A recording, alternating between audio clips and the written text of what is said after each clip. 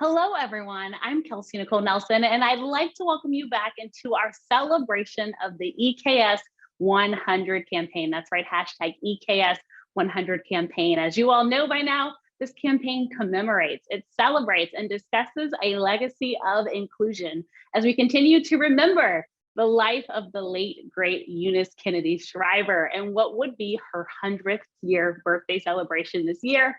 Joining me today, I have a very special guest from the inaugural Founders Council. She is none other than Christina Schwarzenegger. Christina, thanks so much for joining me. How are you today? I'm great. How are you? Thanks so much for having me. It's my pleasure. I'm fantastic. Christina, this is a celebration. We're talking about all of the great work that Special Olympics is doing, but I want to talk about the inaugural Founders Council. Christina, to those new to this, let's first talk about when you heard this was first forming, what was your initial reaction to it? Honestly, I was really excited. I thought it was like a great opportunity for my cousins and I to kind of come together and continue my grandmother's legacy and all of her work that she did throughout her life. So I think it was a really exciting opportunity to try to come together and just really further her work. Yeah, like you said, further her work and her legacy obviously lives on. We're looking at how much Special Olympics has grown since the beginning.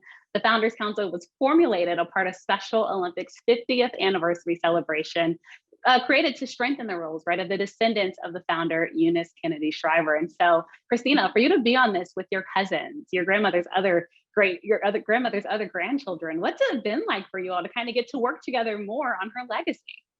It's actually been really fun. And I think that, had we not had this Founders Council, I wouldn't have actually seen these certain, sides of my cousins that I wouldn't have otherwise been exposed to. So I think working with each other has really actually gave me insight into, one another way more than I would have otherwise had the opportunity to do. So I think it's been really fun. It's been really amazing to kind of see where each of us bring our strengths and kind of really work together and collaborate on trying to kind of, again, like further her message. Yeah, and as we further her message, and you talked about all of your different strengths, we know your background, but I want to talk about your particular charter for the council. As I understand it, Christina, you guys each kind of have a particular charter. So tell us, which is your particular charter for the Founders Council? So I've kind of always taken an interest in the environment and different kind of, social issues. And I think specifically also with design. I love design. I think I'm a creative person. So I've really enjoyed being, recently we just actually my cousin and I, Natasha, just worked on something with Parsons and Special Olympics, a kind of collaboration.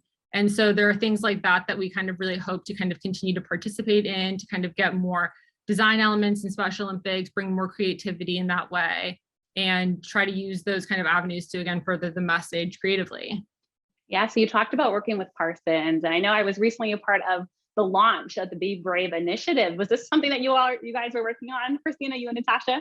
Yeah, it was. We were, parsing through all the different designs. I actually studied at Parsons for almost 2 years. So I think just, kind of being in that element, speaking with them, learning about what the students are doing, how they were working with those in Special Olympics was really like a unique opportunity. I was super excited about it. I have the water bottle I carry around with me everywhere in the sweatshirt. So I love it. I think they did an excellent job. Yeah, and you talk about that, and I saw the final photos of the Be Brave initiative and the Special Olympic athletes wearing them. When you saw the photos, like what pride did you get seeing, the work that you put in to now just be on display for the whole world to see? I mean, I had so much pride, and I think also the biggest thing for me was that the athletes also had so much pride in wearing these outfits. Yeah, and I think that was kind of like the biggest takeaway, is that you could just see how much pride they were in wearing them, how creative they were, how bold and kind of fearless they looked in these beautiful, outfits. I think was a huge sense of pride, and it, really warmed my heart to see. And I think my grandmother would have loved to have seen the designs. Oh, that's awesome. And then also they got to be photographed by celebrity photographer Nigel Barker. I mean, does it get better than that, Christina? Like, come on. I know, it was incredible. I thought the pictures were beautiful. So exciting. And also staying on your background, Christina, we're both Hoyas, which I thought was very cool to see. My God. Go Georgetown. I'm a little biased, Christina, but let's talk about your background and how you're using your background. You talked about also about going to the Parsons School of Design. How are you further using your background to further the message of inclusion to the world? So actually, I think that, well, first of all, my grandmother's message of inclusion, I think also one of her biggest things was, seeing our differences is actually our assets. And so that was something actually that had a huge impact on me since day one, not only with those with intellectual disabilities, but just in, our everyday differences, from the way that we learn to the way that we react to certain things. And so it's actually, had a huge impact in my life, and which is why I think that I obviously wanted to work on documentaries to kind of highlight different things from ADD or ADHD to medication use, to really kind of be able to, look at each other and say that these differences are actually our greatest strengths. And that was something that was a huge message for her that continues through my work today. Yeah, like you said, that message is continuing through your work today. So I want to talk more about you being the executive producer of the Take Your Pills franchise at Netflix. It's a series of documentaries that examine America's dependence and obsession with various prescription pills. So you talked about it slightly, but kind of dive deeper into this and tell us what you're doing with this. And Christina, how can we follow along?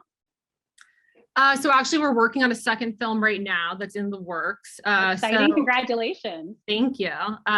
But so I think that, the whole impetus behind Take Your Pills was to really kind of, I think, educate people just in, obviously medications. There are a lot of medications that people really do need. And there's also a big side of it that is, has a lot of overuse and overprescription. So I think that for the large part of it was to educate those, to kind of really give people the information that they need to make more informed choices, and to kind of show the different sides of it, that if you're struggling with something like I was back in the day with Adderall, that there is help, that there are people who are going through similar experiences just like you are, and that there's information that needs to be exposed on a lot of different things.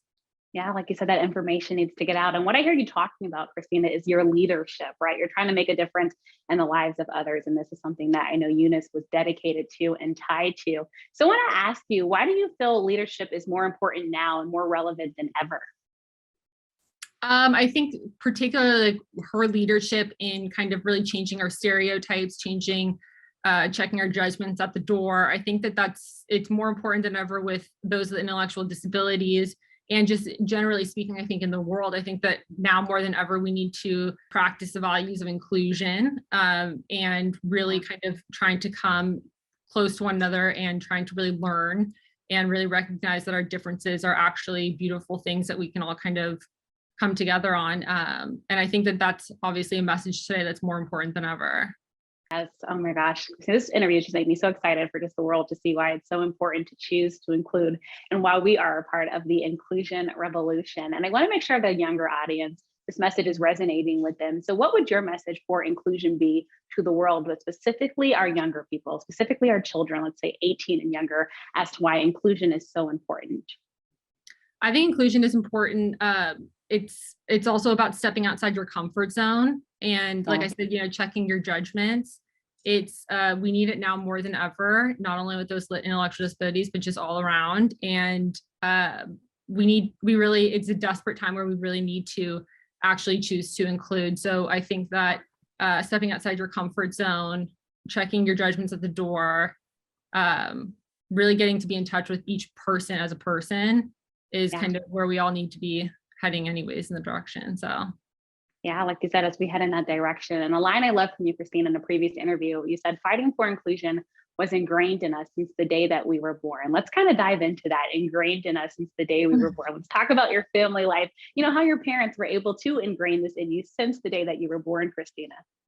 Yeah, so I think that, again, just since the beginning of life that I can remember, it's, we've always sort of been surrounded with those intellectual disabilities. I participated and would stay at my grandmother's house in Washington, D.C. for the summers, participating in Camp Shriver. Yes. And it was always, those intellectual disabilities had an active role at the dinner table. They were always there at the dinner table, always there, part of our lives, staying with my grandmother, staying with me at my grandmother's. These were values and ethics that she taught each and every one of us that continue to have an impact in all of our lives today. And I think also just being able to see the joy that my grandmother's sister Rosemary brought to her was pretty priceless, obviously, and just beyond heartwarming to see. So I think that those kind of values and being around that has had a huge impact on me. Well, happy heavenly 100th year birthday to Eunice. Of course, we wish she was here with us, but she's here in spirit.